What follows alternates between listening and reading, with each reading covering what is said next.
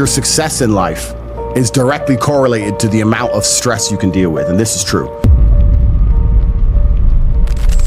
It's kind of like air resistance, and when you look at cars or you look at jets or any of these things, how fast they can go is directly correlated to how much air is going to be pushing against them. No matter how successful you get, the more successful you become, the more the opposite force is going to push against you. And most people get to a certain level and go, okay, that opposite force is too much. But I just kept going and going and going and going and going, and now I'm up here at terminal velocity, and the enemy force is coming at me. So, yeah, you're successful, but sure, it's very stressful. I mean, if you have the mentality that you're born to suffer, I think you'll be pretty good at things. If you're born with the mentality that nobody should suffer, you're always going to be shit at things. I understand that I was born to suffer. And truthfully, I mean, I'm very, very blessed with my life. A lot of people have said to me, you know, you're under stress. Like, how do you deal with it? How do you smile? This is nothing compared to the suffering I could. I mean, is it hard? Yeah, not really. I mean, I don't know. I was built to suffer. I wake up every day and go, what's on the menu? Let's go. And I'm so used to it. I'm kind of excited by it. The only period in my life where I could say where everything was genuinely perfect was about a month before I was arrested. And I've never been so anxious. I felt so anxious. I was in Dubai, all those videos from Dubai with the Bugatti and the big mansion and all the girls and everything, and me and Tristan were sitting around the pool, and I remember, I've said this on every podcast, I'm gonna say it again for the people at home, in case their life's going good. If your life's going good, panic. I'm telling you, if your life's going well, worry. Because I was sitting there by the pool with the Bugatti and the McLaren and like 20 girls I'd never even met who were beautiful, and we're sitting by there, and we got the big pool, and we're in this huge mansion. Tristan goes, 6 years ago we were in Luton, we made it. And I was like, nah, we're fucked, something's coming. He said, what do you mean? I was like, I'm 36. I could not have completed life this level. I could not be the most famous man on the planet. Hundreds of millions of dollars. Bugatti on the drive. Like, nah. There's no way I can get away with this for the next 50 years. Something's coming. A month later, there you go. That's just how it goes. So I feel comfortable with the suffering because I feel like I have a direction and an objective. When I have endless suffering, I'm like, okay, well, I know what I need to do now. I mean, what's more frustrating? A video game where you can't beat the final boss? Or you know when you play those games and you get lost and you can't find the next part and you're just going around in circles? I've been in this room, just going around and going around in circles. Those are the games that piss me off more than the game where I'm trying to beat the guy I can't beat. I'm happy fighting an enemy I might not be able to beat. I'm much more anxious when I'm lost. So I think when you accept that suffering is part of life, you get good at suffering and then you get good at things. If you're going to go through the world trying to make the world sufferless and yourself not have suffering, well then you're going to suffer more than anything. How successful you are in life is directly correlated to your stress tolerance. In fact, it's more correlated to your stress tolerance than anything else. Forget IQ, forget most nearly anything. If you're the guy who can deal with more stress than anyone else, you're going to end up in the position where you're dealing with more stress than anyone else. And those positions, one way or another, pay you. Because no one else will do it. I'm telling you, because that's the only way you can even separate yourself from the labor market in general, right? I can put myself in a position to do what others won't do. You gotta put yourself in a very stressful place. And that's the same with everything. It's the same with every fighting champion. They take the shot. I want the belt now, on 2 days notice. I'll take it. That's how I won my first world title, 2 days notice. So why do they become champion? Because they were the guy ready to fight for a championship without a training camp. They're that guy. So a lot of it is down to stress tolerance, but it is really interesting how these things apply to the individual and how these things apply to the macro. And then I also said that men are judged on our competence. We're only judged and we're only cared about for what we can do. Right. Nobody gives a shit about our feelings. Nobody gives a shit about, there's none of this, oh, poor him. No one gives a fuck. If you're not useful to somebody or something, you can die in a ditch. Yeah. Not only do women not care about you, society doesn't care about you, and other men don't care about you. We all want useful friends. I don't want no useless next to me. I don't know you. You can't do nothing. Those are the worst. Those are the worst. I hate them too. They're leeches. They're leeches. I'm misunderstood when I say these points. They think I'm saying don't love your wife. I'm not saying that.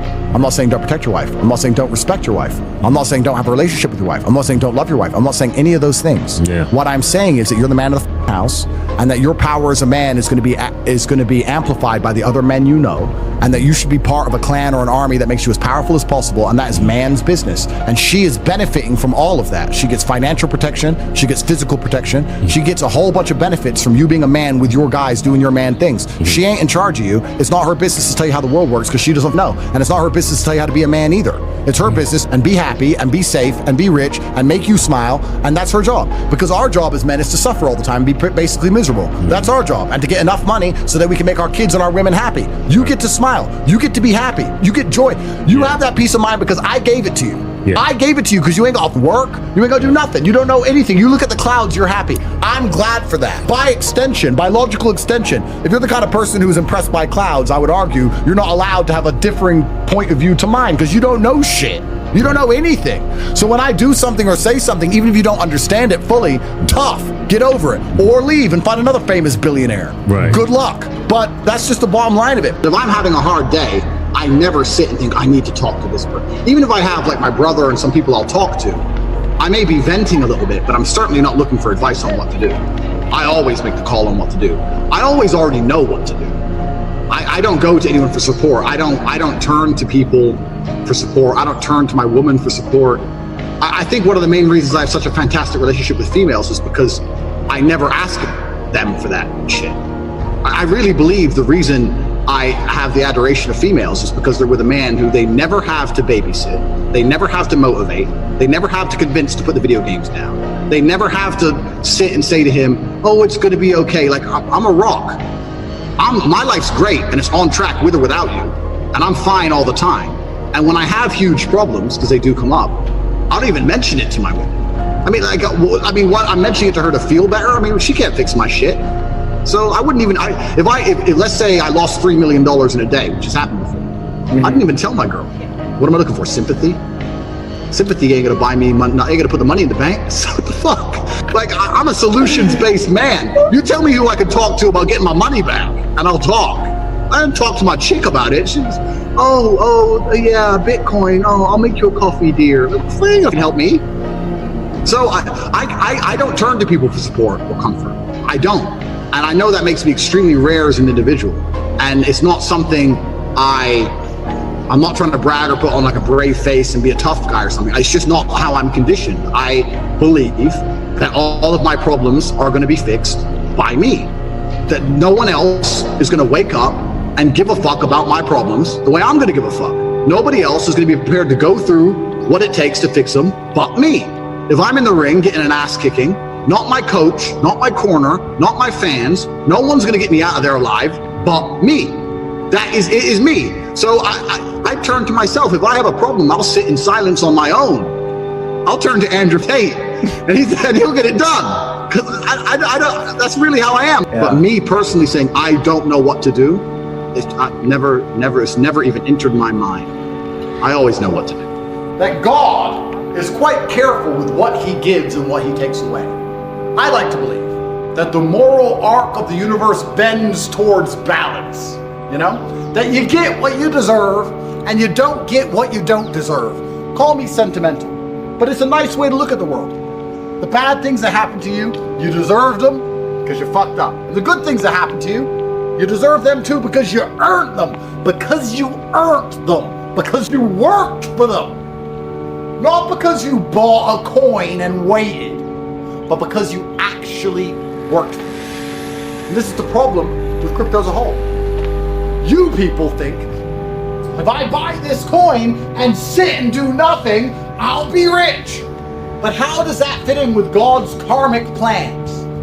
Why would God give an easy way out to a dipshit like you when there's people who are working and struggling and dedicating themselves all day, every day? Don't they deserve a way out? They deserve a hard way out, let alone an easy way out. But no, he's not going to give a way out to the people who dedicate themselves. He's not going to give a way out to the hard workers. He's going to give a way out to you because you bought a coin and now you spend all day on Twitter. No, doesn't make sense.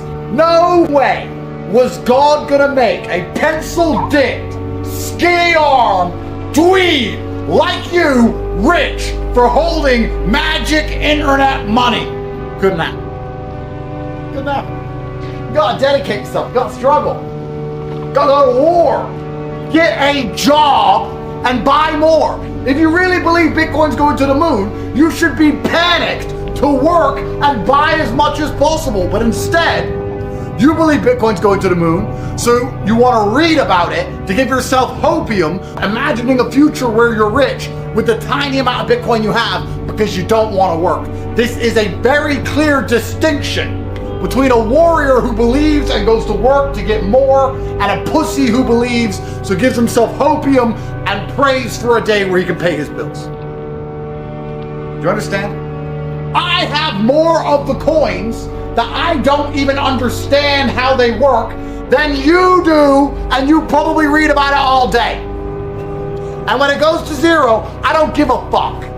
I can buy more. You can't. What you need, sir, is a job. What you need, sir, for income is a job. God is never going to give you an easy way out. There's never going to be a time you send an email to a celebrity and say, $50,000 isn't even money to you and it would change my life. And the celebrity go, okay. Because I get those all day. That's never going to happen. You're never going to win the lottery. You're never going to hold a coin that just goes to the moon. None of it's ever going to happen. The only way out is shit. And you come out covered in bruises, scrapes, bumps, scars, you name it. You gotta fight through the brambles. The only way out is hard work. That's the only way out.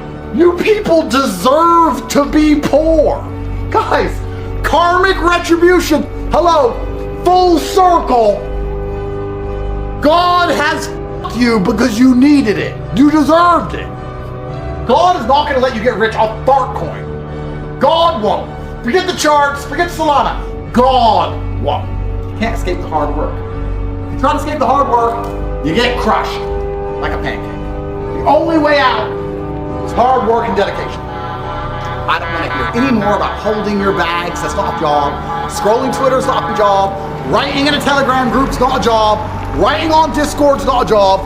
Reading about how the Swift system is going to be replaced by Ripple, coming all over yourself, dreaming of an imaginary world where your $400 has become $4 million is not a job. None of it's a job. A job is where you build something that matters. It's where you dedicate yourself to something that exists. Because no matter how much bag holding or Twitter scrolling you do, when the price of your coin goes down, you end up poor. Whereas if you had a job and you were actually working, you would have something built. Even half the house is still a house. So none of you have done any work in years. This crypto dump is God's karmic retribution.